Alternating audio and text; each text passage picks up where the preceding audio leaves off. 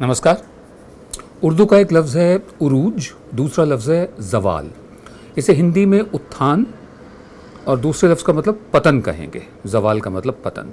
अंग्रेज़ी में कह सकते हैं डिज़ी हाइट्स और फिर द फॉल। आम बोलचाल की ज़ुबान में कहेंगे कि कुदरत ने जब किसी को सज़ा देनी हो, किसी अहंकारी को, किसी कुकर्मी को जब सज़ा देनी हो, तो उसे वो इतना ऊंचा ले जाती है पहले, उसके बाद वहाँ से नीचे गिराती है, ताकि जो उसका गिरना है वो एक नज़ारा बनकर रह जाए, देखने लायक चीज़ हो जाए।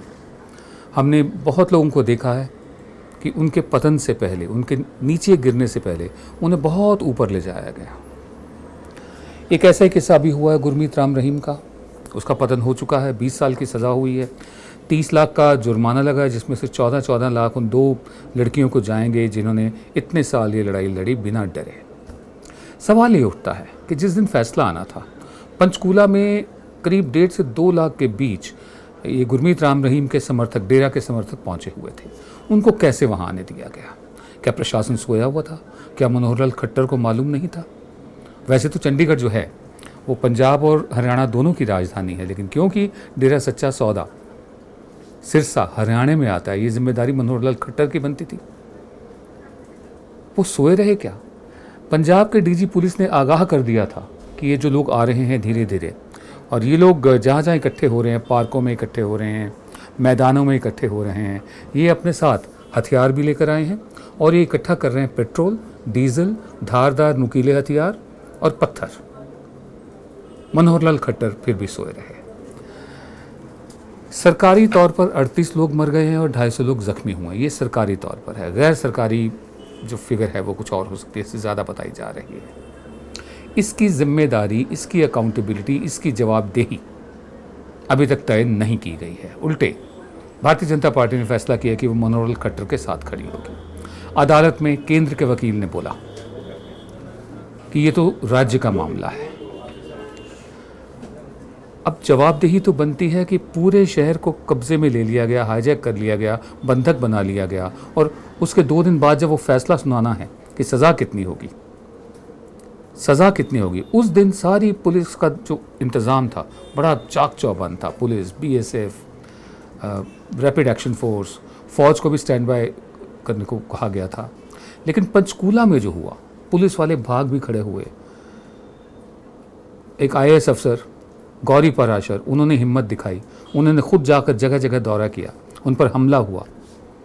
उनका 11 महीने का बच्चा है एक, बावजूद उसके वो 3 बजे दफ्तर पहुंची, ऑर्डर्स दिए कि ये जो सिचुएशन है, जो स्थिति है, ये काबू से बाहर हो रही है, इसे फ़ौज के हाथों में दे दिया जाए। अभी तक तय नहीं हुई है जवाबदेही, और मनोहर लाल खट्टर अपनी जगह कायम है। ये दूसरी बार है उन्होंने अपनी काबिलियत दिखाई है कि वो किस तरह से बहुत काबिल मुख्यमंत्री हैं। पिछली दफ़े जब जाट आंदोलन हुआ था तब भी हज़ारों करोड़ों की संपत्ति का नुकसान हुआ था। हरियाणा में जगह जगह उपद्रव हुआ था। जीटी रोड पर तो जो गाड़ियाँ जाती हैं उनमें बलात्कार की भी खबरें आई थी, और तब भी इनकी जवाबदेही तय नहीं हुई थी। हमने प्रताप सिंह कैरों का पंजाब भी देखा है, और आज उस वक्त हरियाणा नहीं था, पंजाब के उसी हिस्से में जिसे आज हरियाणा कहते हैं, मनोहर लाल खट्टर को भी देख रहे हैं। इनकी जवाबदेही तय होनी चाहिए। दूसरी बात, गुरमीत राम रहीम के केस में फैसला जो था वो तो सीबीआई की अदालत ने सुनाया, लेकिन पंजाब और हरियाणा हाई कोर्ट ने इसका कॉग्निसेंस लिया, इस बात को ध्यान में लिया और फटकारा, ज़बरदस्त फटकार लगाई मनोहर लाल खट्टर की सरकार को। लेकिन उस वक्त हाई कोर्ट में सेंटर के वकील भी मौजूद थे, तो उन्होंने कहा कि ये तो स्टेट का मामला है, सेंटर का नहीं है। Law and order is a matter of state, not centre. उस पर हमारे इतिहास में पहली दफ़े हुआ कि किसी हाई कोर्ट ने प्रधानमंत्री को फटकार लगाई हो, प्रधानमंत्री को डांटा हो। हाई कोर्ट ने कहा, क्या हरियाणा और पंजाब भारत के हिस्से नहीं है? क्या मौजूदा प्रधानमंत्री सिर्फ भारतीय जनता पार्टी के प्रधानमंत्री हैं या पूरे देश के प्रधानमंत्री हैं? हमारे इतिहास में ऐसा कभी नहीं हुआ कि पंडित जवाहरलाल नेहरू हों या लाल बहादुर शास्त्री हों, इंदिरा गांधी हों, उसके बाद मोरारजी देसाई हों, चौधरी चरण सिंह हों, उसके बाद राजीव गांधी हों, और फिर वीपी सिंह हों, चंद्रशेखर हों, पीवी नरसिम्हा राव हों, एचडी देवेगौड़ा, आई के गुजराल, अटल बिहारी वाजपेयी। डॉक्टर मनमोहन सिंह, इतने सारे जितने भी प्रधानमंत्रियों के नाम मैंने गिनाए हैं, कभी भी देश की किसी अदालत ने प्रधानमंत्री को फटकार नहीं लगाई है। ये पहली दफ़े हुआ है। ये भी हमारे प्रधान सेवक का एक रिकॉर्ड है। तीसरी बात, थोड़ा सा निगाह डालते हैं कि कौन कौन सी पार्टी ने डेरा सच्चा सौदा की सपोर्ट ली और ये गुरमीत राम रहीम ने किस किस पार्टी को सपोर्ट दी। बीजेपी और कांग्रेस दोनों को सपोर्ट किया है गुरमीत राम रहीम ने। सन 2014 के लोकसभा चुनाव में डेरा सच्चा सौदा ने भारतीय जनता पार्टी को सपोर्ट दिया और प्रधान सेवक ने इनकी तारीफ भी करी। और उसके अलावा हरियाणा के असेंबली इलेक्शंस में मध्य प्रदेश से एक नेता है, इंदौर से कैलाश विजयवर्गीय, जो राष्ट्रीय महासचिव भी हैं और आजकल उनको बंगाल का जिम्मा दे रखा है, उस वक्त हरियाणा का जिम्मा दे रखा था। वो 44 प्रत्याशियों को लेकर डेरा सच्चा सौदा गए थे ये गुरमीत राम रहीम का आशीर्वाद लेने के लिए। ठीक है जी। सन 2007 में राम रहीम ने कांग्रेस को सपोर्ट दिया था क्योंकि उन्हें लगा था कि अकाली दल, शिरोमणि अकाली दल जो गठबंधन है, उसने उनके सपोर्टर्स को टारगेट किया था। सन 2012 के चुनाव में राम रहीम ने किसी को सपोर्ट नहीं किया, बल्कि अपने समर्थकों से ये कहा कि वो जिस कैंडिडेट को ठीक माने उसको वोट दे दें। और इस दफ़े जब पंजाब में इलेक्शन हुए तो बीजेपी और कांग्रेस दोनों ने राम रहीम को सपोर्ट किया, उसको अप्रोच किया, उसके पास गए, लेकिन राम रहीम ने बीजेपी को समर्थन देने का फैसला किया। बीजेपी पंजाब में हार गई।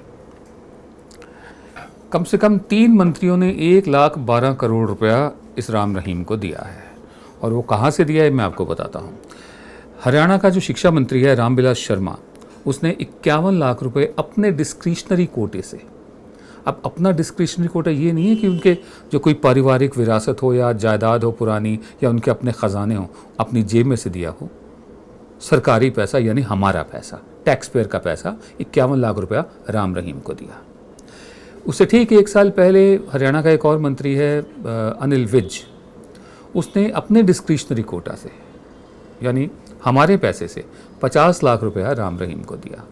उसके अलावा रोहतक से एमएलए और minister of state for union local bodies Manish Grover ने अपने डिस्क्रिशनरी कोटा से, ये अपना डिस्क्रिशनरी कोटा माने आपको वो फंड दिया जा रहा है जो आप अपने विवेक से खर्च कर सकते हैं। सरकार ने आपको दिया, सरकार ने जनता से टैक्स के रूप में लिया। उसने 11 लाख रुपए दिए, क्या नाम है इसका, मनीष ग्रोवर ने हमारे पैसे से ये राम रहीम को दिए। और अनिल विज का तो यहाँ तक कहना था कि मतलब मैं उस हालत में नहीं था कि 50 लाख से ज़्यादा दे पाऊँ, अगर दे पाता तो मैं ज़रूर देता। मतलब हमारे पैसे से किस तरह से खिलवाड़ हुआ, किस तरह से एक ऐसा शख्स जो बलात्कारी साबित हुआ, हाँ, एक ऐसा शख्स जिसके कारनामे अब सामने आ रहे हैं, ये सिर्फ वोट लेने के लिए शुक्राना अदा किया गया। शर्म की बात है। अब सवाल ये उठता है कि लोग ऐसे डेरों में जाते क्यों हैं। ये सुरेंद्र एस जोधका हैं, प्रोफेसर सुरेंद्र सिंह जोधका, ये जेएनयू में प्रोफेसर हैं। इनका कहना है कि डेरों में जाने की एक वजह यह है कि लोग मानते हैं कि वहाँ जाने से मन्नत पूरी होती है। और पंजाब हरियाणा जो कि एक कृषि प्रधान राज्य रहे हैं, जिसमें जो जायदाद है वो बेटे को जाती रही है, बेटे की मन्नत सबसे बड़ी मन्नत मांगी जाती है। तो डेरों में एक तो बेटे की मन्नत मांगने जाते हैं, फिर जो डेरे के जो होते हैं गुरु या जो भी होते हैं, वो एक रूल या आचार संहिता कह लीजिए या कोड ऑफ कंडक्ट लागू करने की बात करते हैं। खुद जो मर्जी करते रहे अंदर, काफ़ी सारे, सबकी बात नहीं कर रहा हूँ, ये राम रहीम जैसे, लेकिन औरों से कहते हैं कि वो शराब छोड़ दें, मांस छोड़ दें। और ख़ासकर शराब छोड़ने की बात सुनकर औरतों को बड़ा अच्छा लगता है, तो औरतें ही अमूमन ज़िद करती हैं और अपने परिवार के आदमियों को साथ ले जाती हैं इन डेरों में। तीसरे, हमारे कास्ट सिस्टम जो रही है उसमें जो लो कास्ट हैं उनके बहुत ज़्यादा लोग इन डेरों में जाते हैं। इसमें एक तो उनको एक सिक्योरिटी का आभास होता है, आत्म सुरक्षा का आभास होता है कि हम एक ऐसे इकट्ठ के मेंबर हैं, एक ऐसे परिवार के मेंबर हैं जहाँ हमारी जगह है। जो मंदिरों या मस्जिदों या गुरुद्वारों में ऐसा नहीं लगता, वो भीड़ का हिस्सा हो जाते हैं, इकलौते रहते हैं, तो एक सुरक्षा की भावना भी आ जाती है। माफ़ कीजिएगा, मैं ज़रा फ़ोन लेके बाद में बात करता हूँ। एक और बात है, आप अपनी पहचान रखते हुए, बनाए रखते हुए, उसको वजूद में रखते हुए डेरे में जा सकते हैं। आप चाहे हिंदू हों, मुसलमान हों, सिख हों, ईसाई हो, आप डेरे में जा सकते हैं। और डेरे का भी कोई इस तरह का दबाव नहीं होता कि आप एक ख़ास धर्म को मानें, लेकिन बड़ी मोटी मोटी बातें यही हैं। मन्नत, मीट शराब को छोड़ना, उसके अलावा सुरक्षा का एहसास कि हम एक परिवार के सदस्य हैं, फिर खाना मुफ्त में मिलता है, लंगर वहाँ चलते रहते हैं, उसके अलावा स्पेक्टेकल, नज़ारा भी देखने को मिल जाता है कि अपने गुरु को देख लिया और वो भी हेलीकॉप्टर में से उतर कर आ रहा है, या क्रेन से, मतलब एक बड़ा सा शो हो जाता है, मतलब इवेंट हो जाता है उनके लिए। तो अगर साल में 3-4 दफ़े भी लोग अपने बैग भर के और अटैची उठा के डेरे पहुंच जाए, उनकी ये आउटिंग भी हो जाती है। बहरहाल ये वाली आउटिंग ज़रा नागरिक को महंगी पड़ी, राम रहीम वाली। एक तो नागरिक का पैसा गया, उसकी प्रॉपर्टी का नुकसान हुआ, लोग मारे गए, ज़ख्मी हुए, और ये सब मनोहर लाल खट्टर सरकार के निकम्मेपन की वजह से हुआ। प्रधानमंत्री की जहाँ बात है, जहाँ तक बात है, पहली दफ़े, जैसा हमने कहा, पहली दफ़े हुआ कि इतिहास में भारत के कि किसी प्रधानमंत्री को कोर्ट ने डांट लगाई हो कि आप बीजेपी के प्राइम मिनिस्टर हैं या भारत के प्राइम मिनिस्टर हैं। सोचिए। आप देख रहे थे जन गण मन की बात। हम आपसे एक बार फिर इल्तिजा करेंगे, रिक्वेस्ट करेंगे कि आप YouTube पर हमारे जो चैनल है उस पर सब्सक्राइब का बटन दबाइए, साथ में घंटी बनी हुई है, घंटी को दबाइए, ताकि जब भी नया वीडियो अपलोड हो आपको खुद ब खुद सूचना उसकी मिल जाए।